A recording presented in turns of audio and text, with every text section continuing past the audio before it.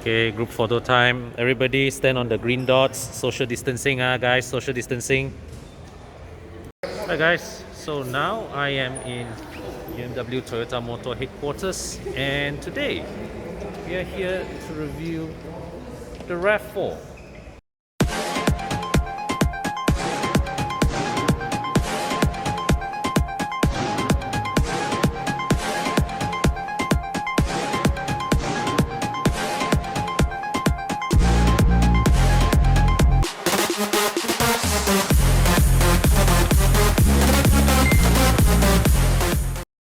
Okay, guys. So the media drive of the new Toyota RAV4.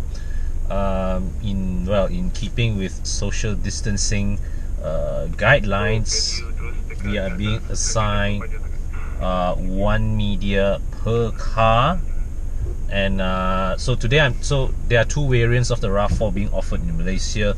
Both of them featuring the same level of equipment. The only differentiating point between them is the engine and transmission. Both are front wheel drive. You have a choice between either a 2-liter model paired to a CVT, or, as I'm driving here, a 2.5-liter version mated to an 8-speed automatic gearbox. Okay, so as you can see from the spec sheet here that I'm flashing you, see between 2.0 and 2.5, everything, all the equipment levels are the same. The only differentiating is the engine, transmission, as well as the weight. Okay, right. So I'm gonna make that turn. Wow, good start. Both the 2.0 and the 2.5, the engines are from Toyota's new generation dynamic force family, so it's very advanced powertrain. The most notable aspect of the engine is that its high thermal efficiency of 40%. That is a new industry benchmark. Okay, and what are the advanced technologies in this engine? Well, you've got VVTi, you've got variable valve timing on both the intake and the exhaust valves, and the valve timing variation mechanism on the intake side is electronically controlled. It's controlled by a motor, so that it is able to more precisely adjust the valve timing according to driving conditions. So then the other aspect is the fuel system. This runs on Toyota's D4S dual injection system. Basically, it's a combination of direct and port injection. So at high loads, on regular driving conditions rather, it operates on port injection. So only when you increase your throttle input, when you go on high driving load, you need that extra power. That is when the direct injection steps in. Now, there's a lot of debate on the pricing of the RAV4. It is in the 200,000 ringgit range. Basically, it's not far off a Harrier, and it's for the same money you can actually buy yourselves a BMW X1.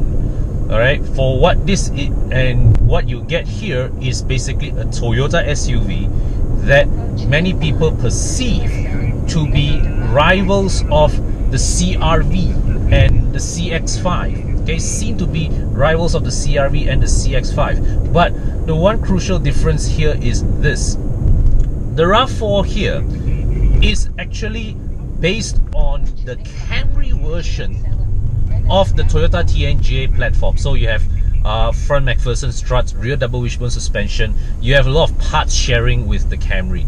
But you see, contrast this with the CX-5 and the CR-V. These cars are more closely related to the Mazda 3 and the Honda Civic as opposed to the Mazda 6 or the Honda Accord.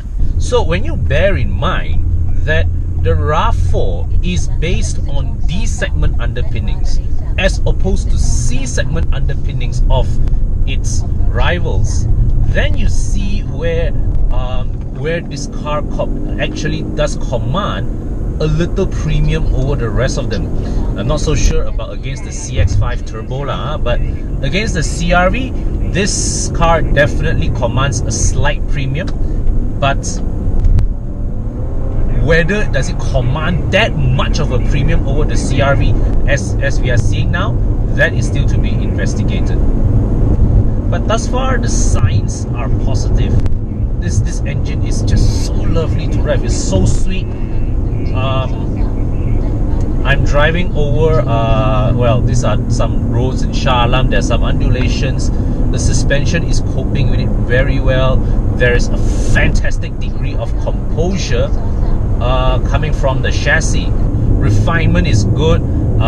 Yes, getting a bit of noise from getting a bit of undercarriage noise from the tires.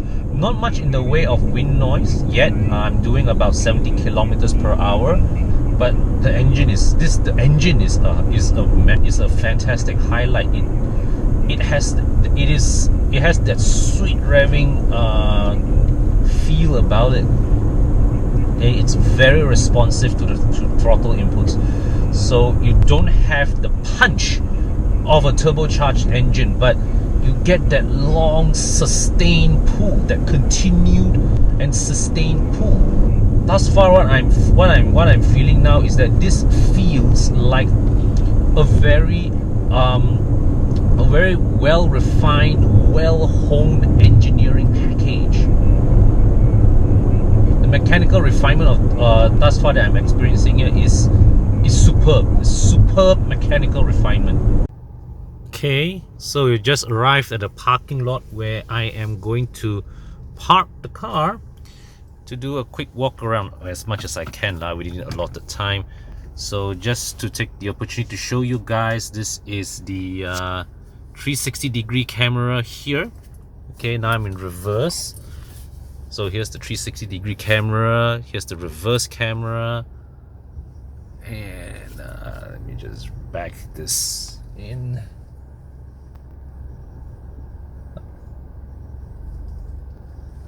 Okay, so the resolution of the camera is pretty average, but the stitching of the image is good. It looks seamless. It is an image that you can make sense of. Alright, so no complaints there. But if I zoom out, yep, guys, I can already imagine the comments that's going to come in, about the construction of this unit. Okay, when we saw this in the Corolla, when we showed this in the CHR, a lot of you guys criticized this Toyota's execution of this supposedly fake floating screen. Okay, but I look at it, right, I think in this case, this unit here, this I think is a factory integrated unit. Why? Because it is able to show me the fuel consumption data, right, the trip computer data. You have apps here, Toyota Smart Device Link, okay, and the overall display of the display, the font, okay, the display appearance, okay, also matches, okay, the CI that we see here on the instrument cluster. So I believe this is a factory integrated unit. Yeah, I could be wrong, but I'll check later with our sources from BMW Toyota Motor. But you can see, right, compared to the one that we saw in the Corolla, this one, this unit here, this face, it does not follow a standard 2-DIN size. But I would say that maybe Toyota designed it in this way, all right, to give some markets the option of putting a regular 2-din unit, just like we saw in the Corolla and the you know, and other models. Now, but as you can see here, right, the way this housing is, and you see the border of the unit, right? I believe this definitely should be a factory fitted unit. I don't think it's a locally integrated unit. You can see also the button here. It has a nice you know, this texture on the button, and here on this on the rotary knob. Okay, and just to show you, and speaking of textures, you can see this textured surface, this polygon textured surface appears pretty frequently over the cabin. Okay, this is a padded storage tray here, rubberized, so things don't slide around. This here on the wireless charger. Okay, not sure really what you can put into here. I suspect in overseas market this is probably an all-wheel drive control switch, okay, which we don't get in Malaysia. In Malaysia, the RAV4 comes standard as front-wheel drive. So here the cup holders at the base there also has that that polygon hexagonal motif, and I think this here, you look at the way the lines are deliberately misaligned, right? This will probably annoy some OCD people. Okay, I have to say the material, the overall build of the cabin is good. I had half expected this area to be hard plastic. It isn't. This is soft touch plastic.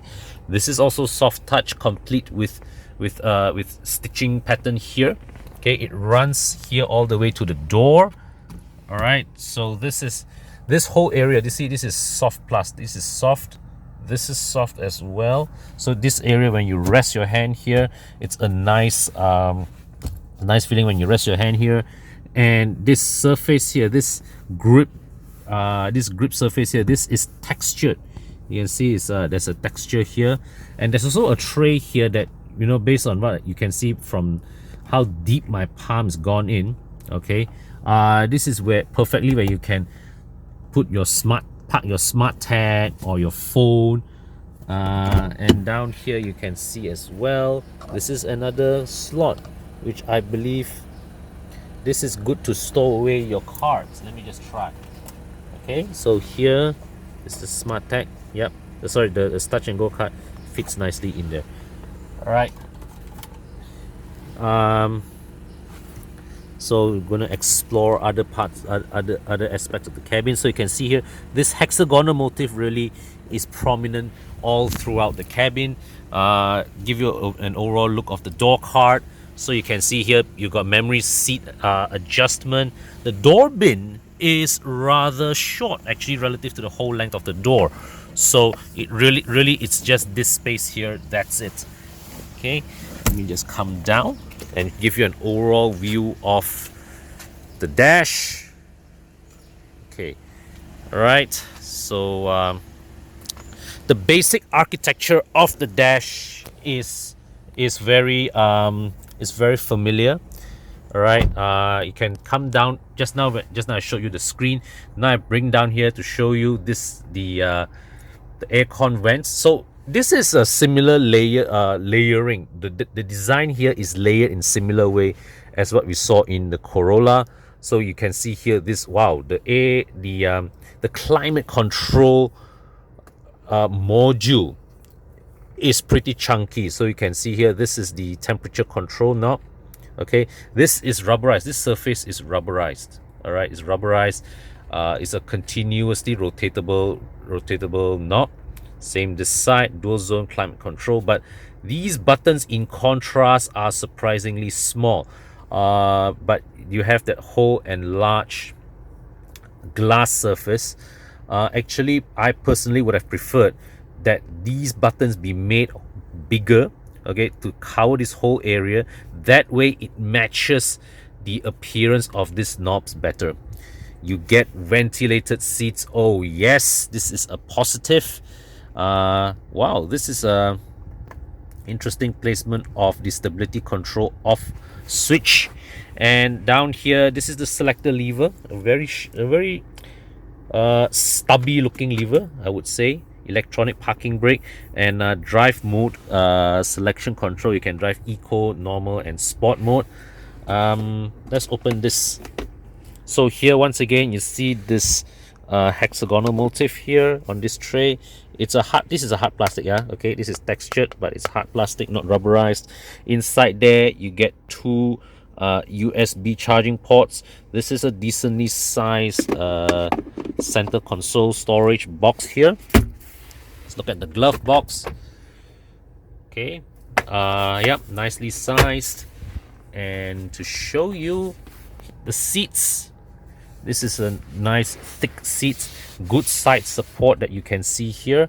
This port surface is for, you know, for seat ventilation. Okay, now let me show you the instrument cluster. Now when you choose between eco and eco, normal, and sport, the instrument cluster changes color, and you browse through the various screens from these buttons here. Okay, so just to highlight this, now this LTA function here on the menu. Okay, now what does this do? So when I enter this, now the RAV4 comes with Toyota Safety Sense 2.0.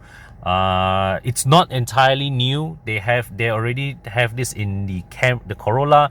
They don't have this in the Camry, but they also have this in the Wellfire and the Alphard.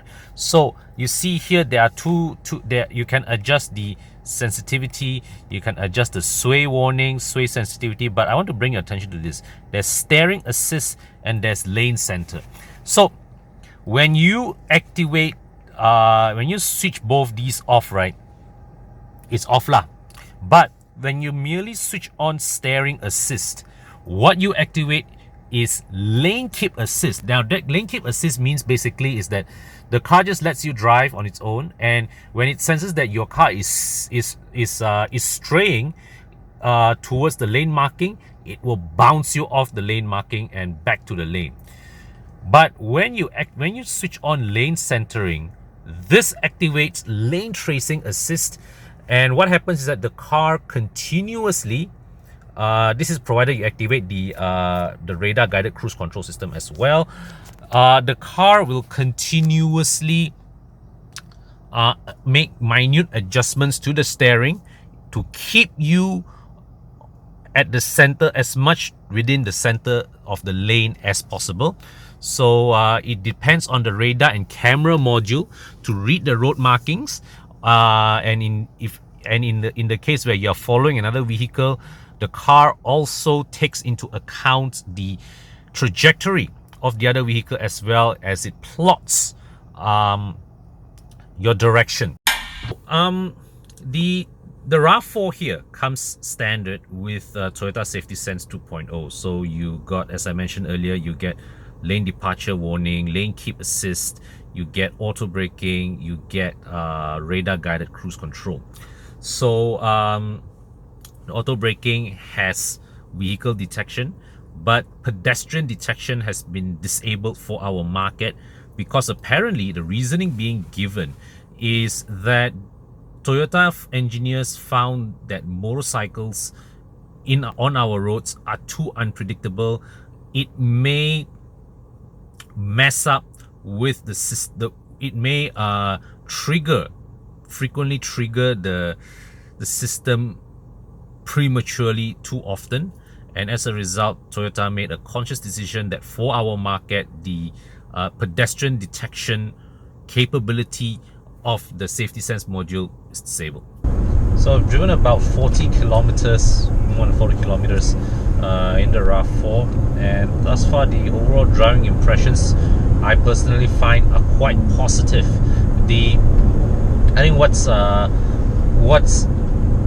the override, one of the biggest points in my head right now is that I'm thinking right now, if this engine were to be fitted in the Camry, would have been so good, because the Camry, I've mentioned many times before, the chassis of the Camry is fantastic, but it's so good, the dynamics of the Camry is so good that it exposes the age of the engine that powers it. Here in the RAV4, where you have the same TNGA platform, you have pair it with the latest gen dynamic force engine, it feels like the engine and chassis are made for each other. All right, everything just operates together in a very beautiful, very harmonious nature. You know, it just feels like a well-honed machine overall. And I have to say that thus far, the route that we have taken has not allowed very enthusiastic exploration of its dynamics. But from what I can see is that this RAV4 here is at a minimum, a competent handling vehicle, but definitely very comfortable, very assuring composure on bad road conditions. So I'm driving on some patches of road, and the suspension just soaked it all up. It soaks it all up. You feel some of the you feel the texture of the road coming through your bum, but not in a jarring way, more like a communicative way, more like it lets you know that there's something down there, but it doesn't let it get in the way of your progress. And that to me is it feels like a very masterfully tuned chassis setup.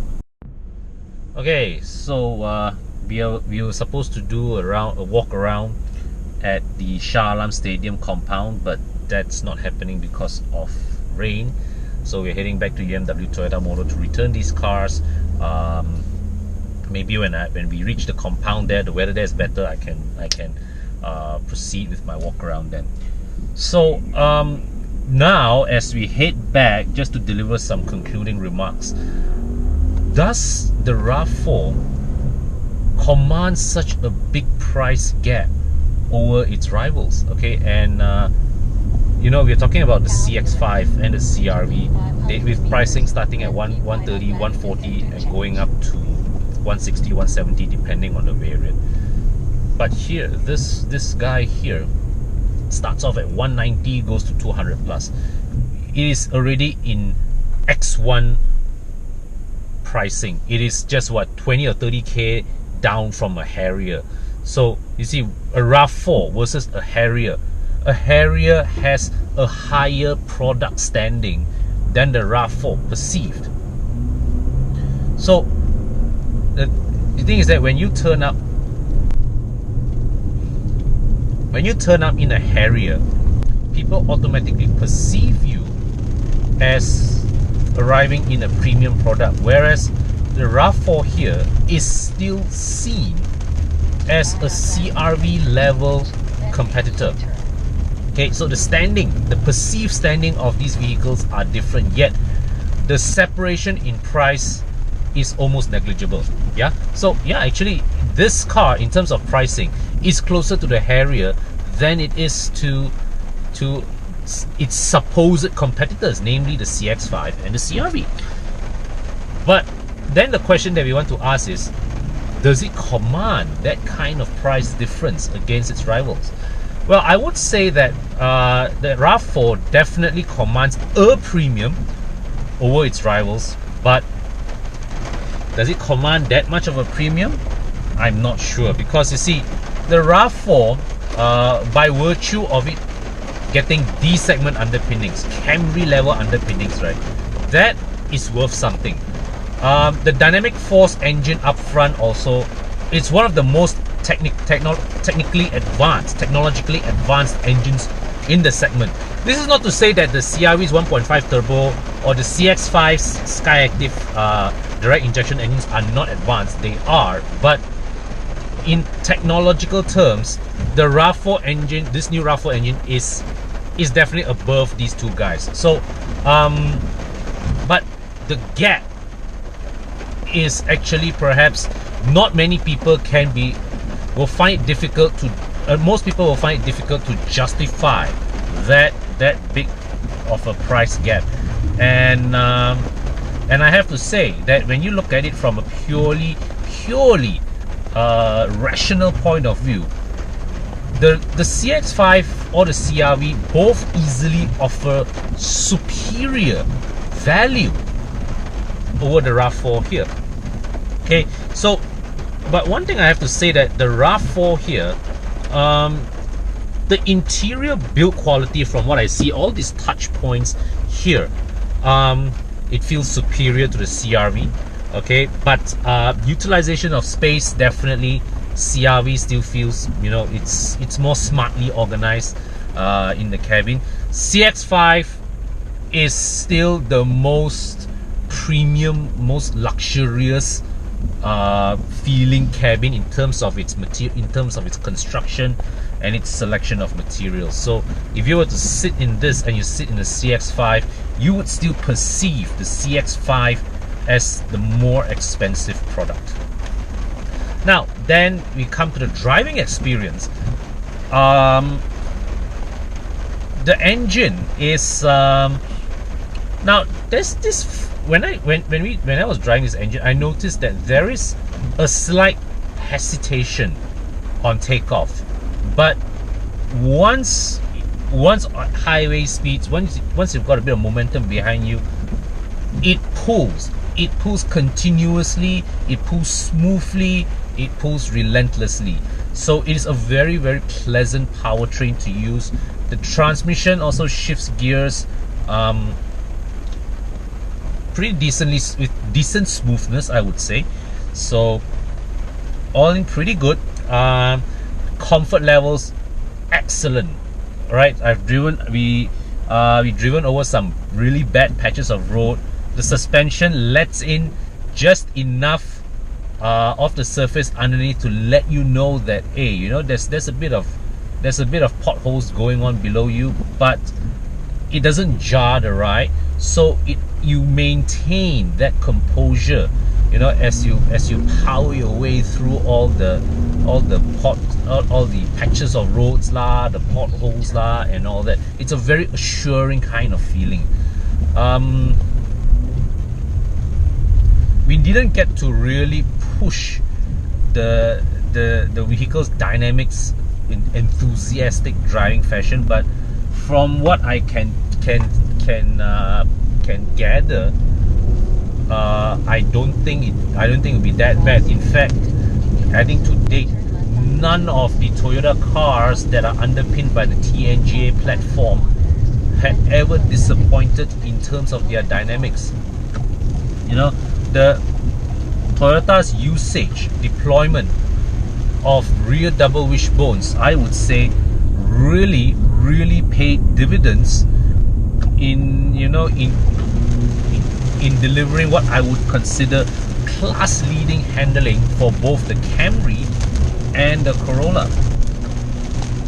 You know, whenever I drove both the Camry and Corolla up Genting, right, there's that distinct feeling that as you corner, the rear sits, okay, that gives you that little push that to power you around the corner.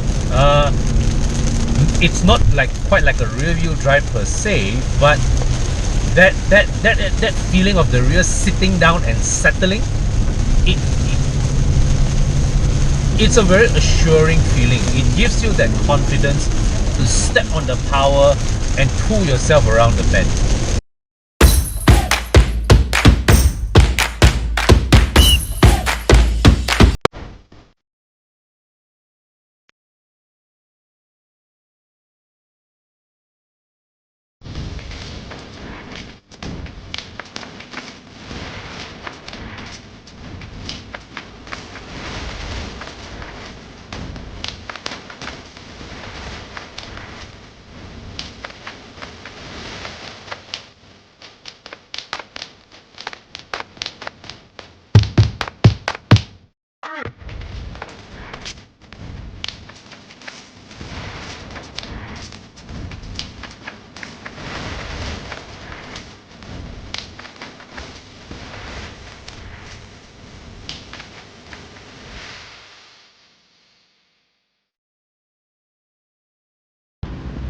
Okay, so well, our media drive came to a premature end. We are back at UMW Toyota HQ, and let me just take you on a walk around of the RAV4.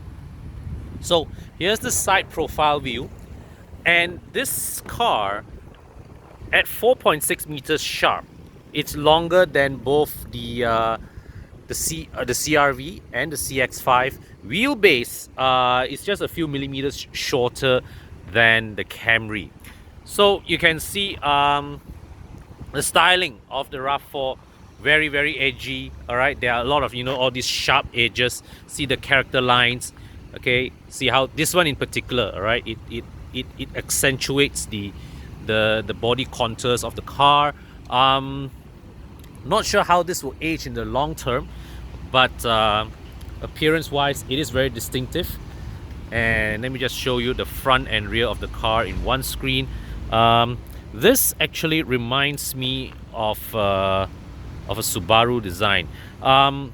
Definitely this is the kind of SUV designs, right? This overall look of the RAV4, I would say it reminds me of Toyota SUV design, of the of all those Toyota North American SUV designs, like the 4Runners and all that. It has that kind of look and aura. Okay, so once again, to re-emphasize, the RAV4 that you are seeing here, this is the 2.5 liter model. There's also a 2 liter model that comes with the exact same equipment levels but just different engine. Okay, so to drill in on the details, so we start at the back. So you can see there's a lot of going on in the sheet metal here at the back. You can see this character line that starts all the way from the front end actually. Okay, it starts all the way from the A pillar. It sort of frames the car, okay, and it flows down here like that. Okay, that's pretty. That's a seriously highly coordinated piece of stamping work. And you see from the front end here, this line continues down here to the headlight as well. Okay, but yeah, so you can see here there's another character line that runs here. Okay, very contoured body surface, and one more that runs down here. Okay, yeah, and here the back, the tail lights. The tail lights are of a similar design to the Corolla. Okay, yeah. So overall, a very edgy look. The tailgate has power opening. It also has hands-free opening, but the key is inside, so I'm not going to try that. Here is the boot. About 570 liters of boot space, I am told. You've got a 12-volt socket here. Okay, this the boot light here, this is manually it's manual on off, which I think is all right. I think it's good. It's in a way it's a battery saving thing, so you only switch it on as you need it. But the finishing here, hard plastic. This part of it is a little less impressive for an SUV that commands such a large pricing premium over its rivals. And you lift this up. Okay, now this is something to show you. So the boot floor is it offers you a 2-level storage facility. You can drop the boot floor to give you a bit more space. You can lift this up, okay, but it's quite solidly fixed in there. It has the clips there, okay, but it's removable, but it's solid. Okay, so down here also same thing. Yeah. Okay, not sure what's underneath here. All right. Then the other trick you can pull off with it is this. So you can take this up, flip it the other way, and what you have here is a waterproof boot floor. Okay, so this is a waterproof boot floor. So if you're carrying wet items, this is perfect. Okay. Yeah. So you can choose really whether you want this waterproof boot floor or you want the carpeted boot floor, depending on what you're carrying at the time. Of course, here you have this retractable tonneau cover here. Okay, and You've got, I'm not sure why you need the handles here actually, because you've got powered closing of the boot. And let me just show you the rear section of the cabin. So the driver's seat is adjusted to my driving position. You've got good leg, you can see good leg room here. Armrest with two molded cup holders, and you can see from this the seat backs, there's recline adjustment, but there's no remote release of the seat of the 60/40 split folding seats from the boot. Okay, you have to drop this from here. And what I do appreciate is that this carpet here, it extends all the way to the boot, so it's not a flat floor, but actually you can see that the boot floor is slightly there's a slope. Okay, but it's a continuous boot floor, so things don't drop inside here. That's a nice touch. And well, this to me is not impressive. I would have expected, you know, such a large area here for an SUV at this price to have, you know, soft touching material. Okay, I mean, they could have used this material here. I think this would have given a more a plusher feel to the side here. And coming inside, okay, so you've got rear aircon vents, and you've got a further two USB charging ports here. But yeah, overall leg room is fantastic. We've got good headroom as well. Okay, so I'm 170 centimeters tall, got this much of headroom up there. So to adjust the seat angle recline, I think you pull this. Okay, all right. So the recline angle is nice. It's a very nice, you know, lounging pose that puts me in here. The seat cushion angle is good as well. Maybe could use a bit more height, but I suppose they struck this balance so that kids can sit at the back here without their legs being lifted up. Okay. But yeah, overall very spacious here at the back, no complaints. Okay guys, so here you have it. This is the RAV4. I have to say, overall a very well engineered product. Great engine, great suspension, great chassis. Basically very little to fault at a technical level. The only problem, the only stumbling block with this car really is its price tag, because it's in terms of pricing, it's closer to the Harrier than it is to the CR-V. Okay, and for the same amount of money, you really can also find yourself buying a BMW X1.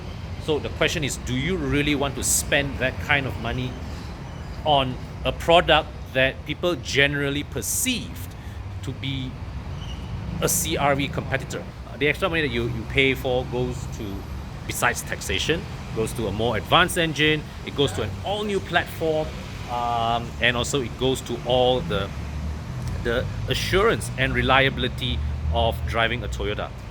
In my opinion, there's no doubt that this vehicle definitely commands a higher price point than a CR-V or a low-spec CX-5. But of course, the margin of premium that you are getting, maybe it's a bit too high for some of us to justify, but there you go. Otherwise, I've little complaints with this car, but yeah, for some of you guys, I would have to agree, the price tag may be a bit difficult to justify.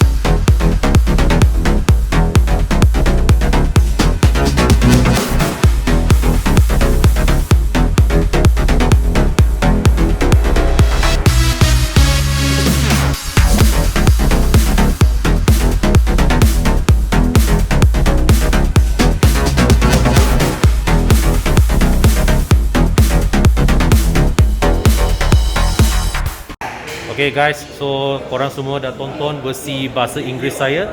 So lepas ni kita tunggu versi bahasa Melayu Abang Kadok pula ya. Terima kasih. Terima kasih Kon. Okay, enjoy your drive bro. Ya. Okay. Okey kita tadi. Okay. Berapa harga tu? 200 lebih. Apa ya? 200 lebih? 200. RAV4 200 lebih? 200. Damn man. Nanti kita tengok kenapa harga dia 200 lebih. So jangan lupa pergi ke channel YouTube Kadok. Yes, subscribe like, comment, subscribe.